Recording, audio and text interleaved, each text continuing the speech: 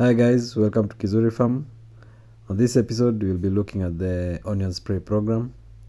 But first, I want to show you guys what I've been up to in the farm during that 2 weeks or so, because I've been a bit quiet on the channel. But that's because I've been doing things here and there, been up and down with other things. But as you can see, we started a new nursery. This was like 6 days ago, and I'm just looking at how they're doing now. You can see the germination has started, which is good. So I'll give the mulch another 2-3 days or so. Then from there I'll remove the mulch and now expose the seedlings to a bit more light. It's been very hot in Kenya, very, very hot, and windy also. So I'll leave the shade net, might stay a bit longer to protect these guys because it's really, really hot. But we are approaching the rainy season. So another thing I'm also afraid of is the rainy season, and onions, they don't do really well, but we'll go through. It's just part of farming. So guys, you can see I'm just showing you different parts of the nursery and how the seedlings have started germinating. It's a bit a rough video, but hey, I'm sorry. But I just wanted to show you how things are at the farm right now. I'm actually holding the camera on one hand as I move things with the other hand, so that's why it's a bit messy. But yeah, you can see the seedlings are doing right, except this portion I didn't like the way they look. They looked really small up yet, but I'll just give it time. It will come out with its own time.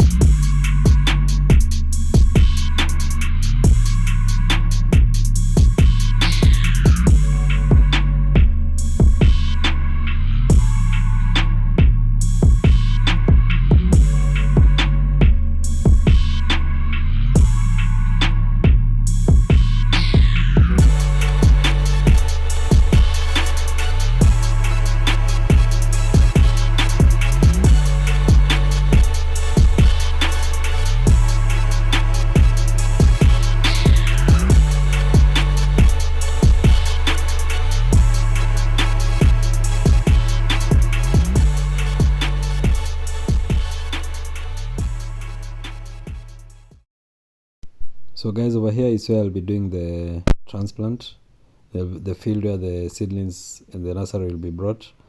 Started on it already, so I'm hoping in another 2 weeks I'll be done with preparing the field and also putting the drip lines and everything, so that now I just wait for the seedlings to be ready and transplanted, which we have ample time. We have like a month to, but also in a month too the rains should be there, so that's why I want to, if I can be able to do everything and also do the transplant before the rain so that the onions can be found on the field, it will be a very good thing because it's a bit harder to transplant with the rains.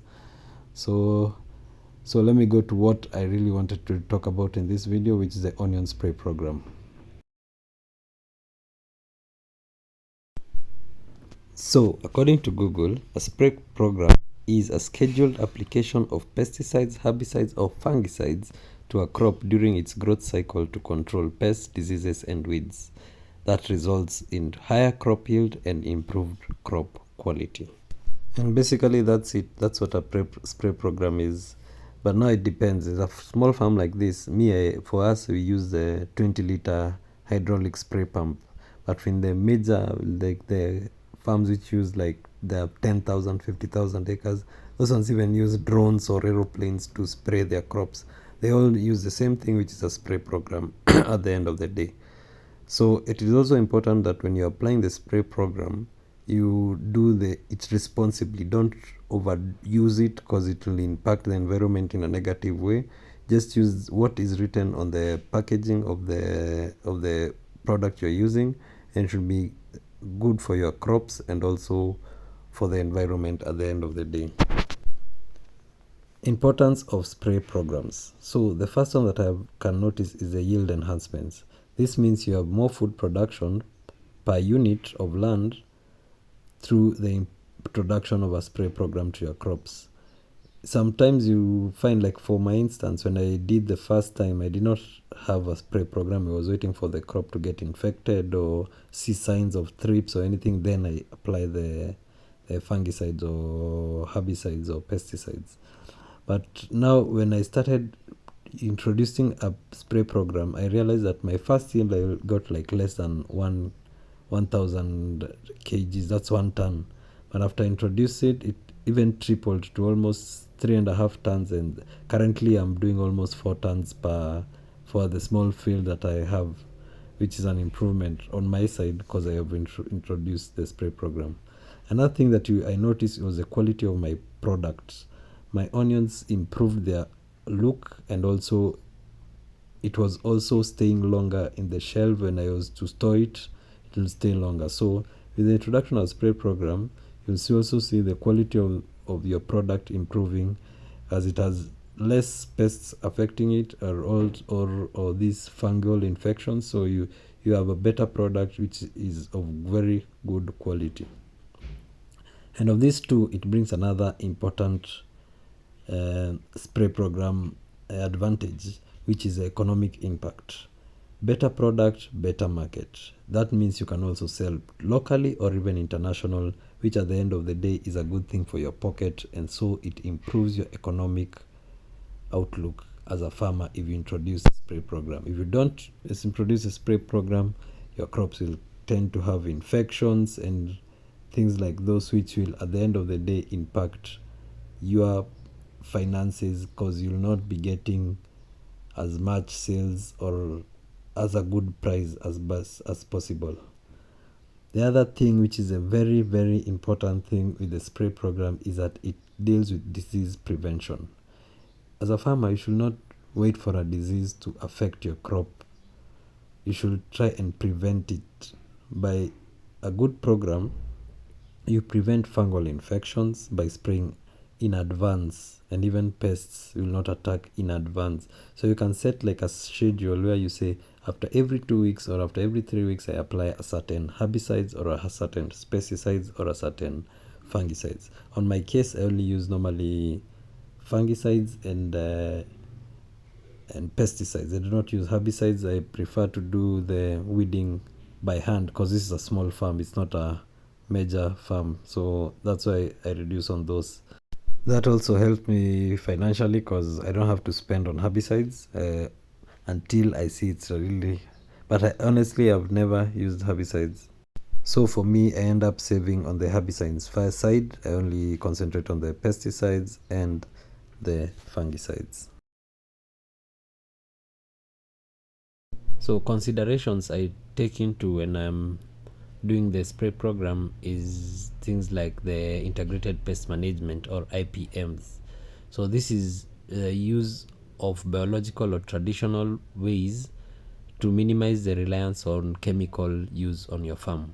Like for my case, I prefer to do the weeding, manual weeding, than use of herbicides, because the field is small enough. I can be able to do manual weeding after every 2 weeks, or it's a continuous process. So I reduce on the use of herbicides, helping me economically and in the environment of the of my farm, and in general for everyone at the end of the day.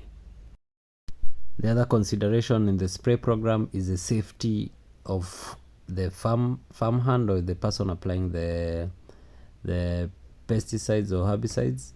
You should ensure that they have the protective clothes, the mask, the goggles, the overall, the gloves.